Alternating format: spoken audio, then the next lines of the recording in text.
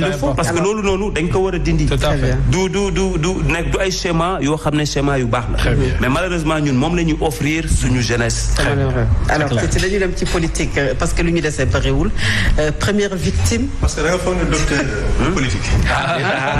yéen ñaar ñëpp kon parce que li ñu dese bariwul mais première victime quand même de la troisième candidature suma juumul c'est Sori Kaba parce que yaa ko waxoon que il n'a pas droit il ne doit pas se présenter pour une troisième fois.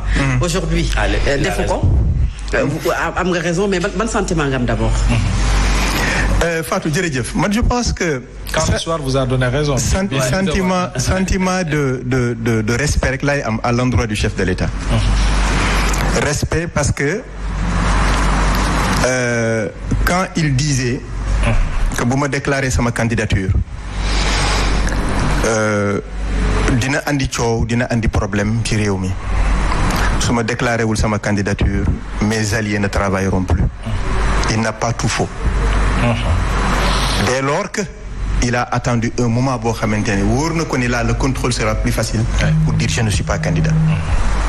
Donc man jàpp naa ni satisfaction bi ma am je le partage avec lui. Parce que nag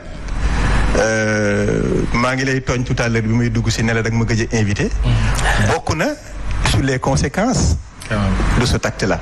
Parce que Sénégal muy dëkk boo xamante ne on a envie d'entendre des discours catastrophiques incendiaires sinon rek quand tu es plus ou moins réglo comme docteur un peu policier tu vois du am titre quoi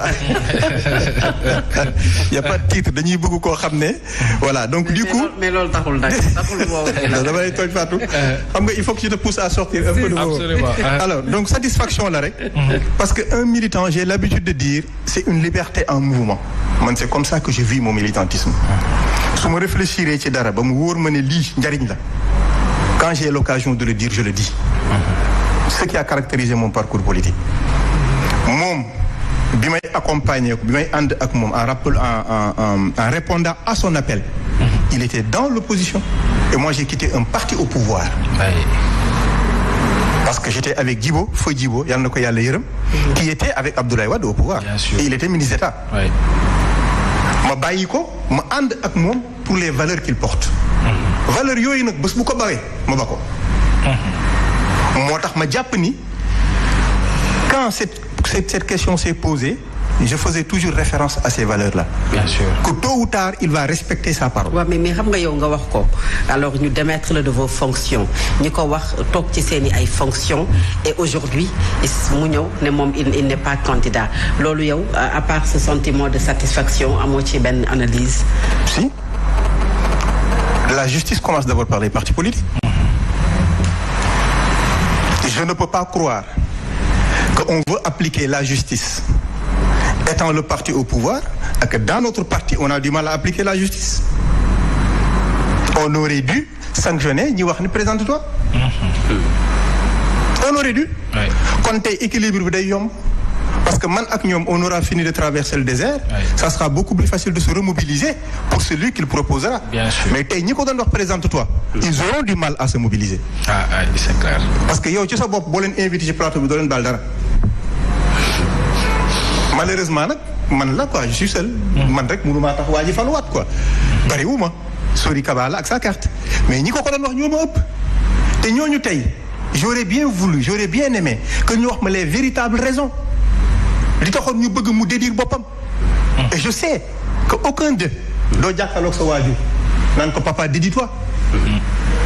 wala nga jàkkaarloog sa kilifa muy sa kilifa diine wala kilifa bu mu mënti doon nga naan ko dédie-toi li nga waxoon weddi ko dinaa ko gérer. Et c'est ce qui pense que il avait voulu quand même foncer mais parce que ce sont les derniers événements parce que bu ñu déggee Ousmane Sonko ci interview bi mu jagleel waa France 24 moom mooy dafa dellu ginnaaw mais bëggoon na dem ci troisième candidature bi jàpp nga ne loolu mën na nekk.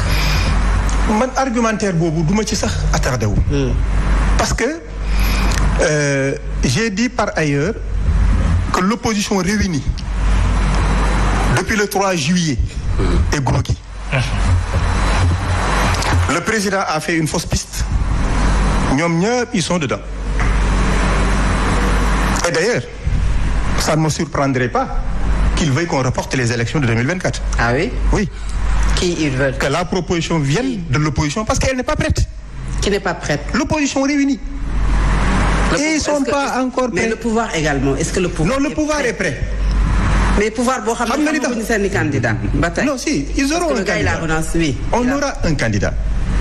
Vraiment, on aura un candidat. Ça, il n'y a pas de doute. Je pense que tu l'inviteras peut-être aujourd'hui, c'est quoi? Mardi? Mardi prochain. Peut-être tu l'inviteras mu ñëw wax la yéene bi mu am ci Sénégal. Su ko defee Actu Show bi sera beaucoup plus quoi. Mais c'est certain que aujourd'hui ni Benno Bokk Yaakaar pareil psychologiquement avec ses troupes l'opposition ne l'est pas.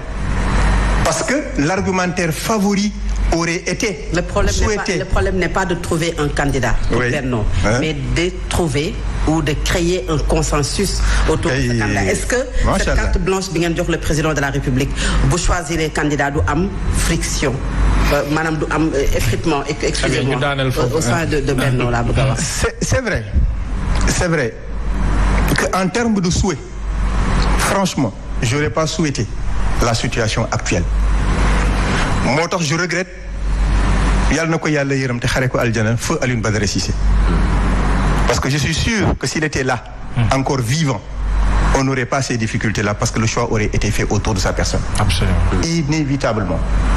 Moo tax c'est l'occasion peut-être tous ses amis, tous ses parents au sein de la diaspora, à l'intérieur du pays, qu'ils se remobilisent en conséquence. Parce que fii nu jëm on aura besoin d'eux.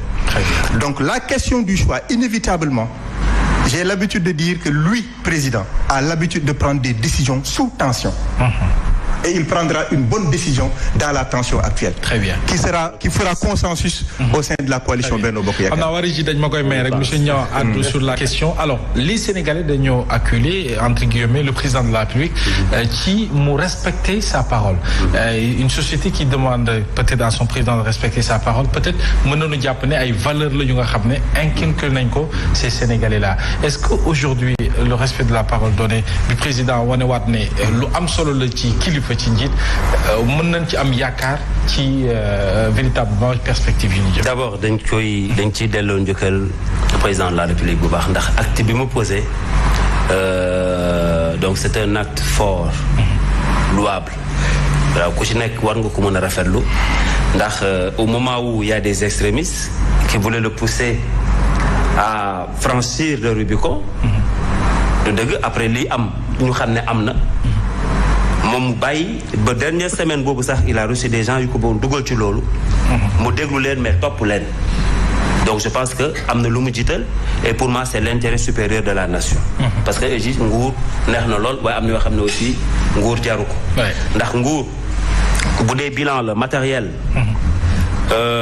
di nga def keneen dina def tey bu demee le prochain président qui va venir mën na am même en termes de réalisation mu def plus que Macky Sall. Absolument. Mais kenn du def en termes d'acte fort acte Macky Sall lu posé nii quand même. Bien sûr. amagul de. C'est important. Et je pense pas que dina am parce que c'est le premier loolu la yàlla dogal. Mais doo gis keneen ku ko def moom la yàlla may possibilité boobu mu amoon pour jàpp ne dana dem. Mais demul c'est la première fois que ça se pose. Donc loolu pour man du lu ndaw. du lu ndaw. Donc moo tax ma ne war nañ ko ci delloo njëkkal. Mais aussi dafa dugg rek ci suñu arsenal culturel suñuy valeur ndax le respect de la parole donnée aussi dëgg na yàlla ñun loolu moo ñu caractérisé. Ay société ceddo la ñu woon à l'époque am nañ le sens de l'honneur le sens du respect de la parole donnée et tout loolu bu ko ci delloowee wax dëgg na yàlla dafay dooleel na buum ci mooy benn bu defoon leneen kay xëy na moom moo ñuy jaaxal mais néanmoins quand même c'est un acte fort boo xam ne man rafetlu naa ko moom rafetlu yam et seuls les grands hommes quand même ñoom ñoo capable effectivement ñu def jéego yi quand même wax dëgg na yàlla altruisme la daal donc def ko def pour l'intérêt de la nation je pense que mën nañ ci taxaw à l'unanimité ñu nangul ko loolu vraiment merci en tout cas merci beaucoup bu baax a baax Kaly Niang docteur Kaly Niang di sociologue ñu am mbégte loolu ci sa disponibilité naka noonu Sory Kaba ambassadeur mbégte lu ñu ci ñun ci dalal leen ñu waxtaan ak askan wi ak surtout actualité bi